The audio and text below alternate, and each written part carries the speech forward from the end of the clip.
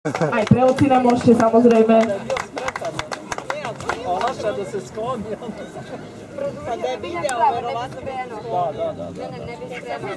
Poprosím zlaté sučky z triedy strednej, katalógové čísla, ospravedlňujem sa, trieda stredná u zlatých sučiek nebola obsadená, takže už budeme pokračovať triedou otvorenou, psami pásikavými s katalógovými 22, 23, 24, 25. Intermediate class of found females was empty, so we will continue with open class of brindle males. Catalog numbers 22, 23, 24, 25. Come to the clearing, please.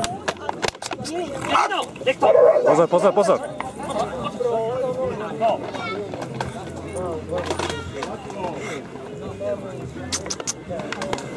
Pojď sem s ní, tady dál. Díli. Takže vážení priatelia, nie kvôli nezvládnutiu, ale celkovo, keď mám spraviť poradie, tak sučka s katalógovým číslom 52 o troška voľnejšia v vedernej partii, aj keď teraz sa predvádza celkom dobre, ale oproti týmto sučkám je to taký malinký handicap, takže 4. miesto.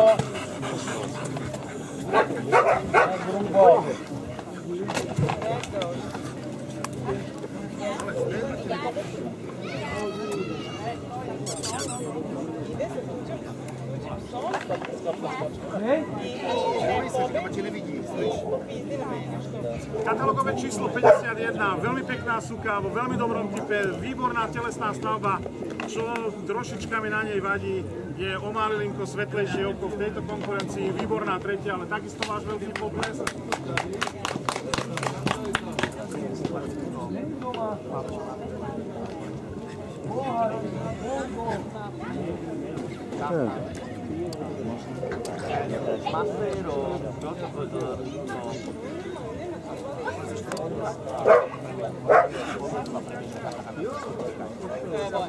Ako to teraz ide Petina? Idú všetci žíhaní a či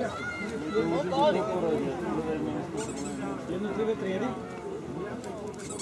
Korovka, ako to teraz ide? Všetci strední, všetci... Aha, jasne.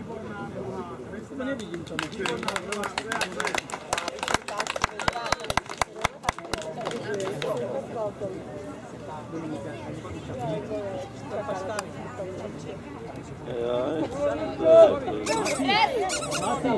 A to som dospoľovaný, že pohľad dobre robí.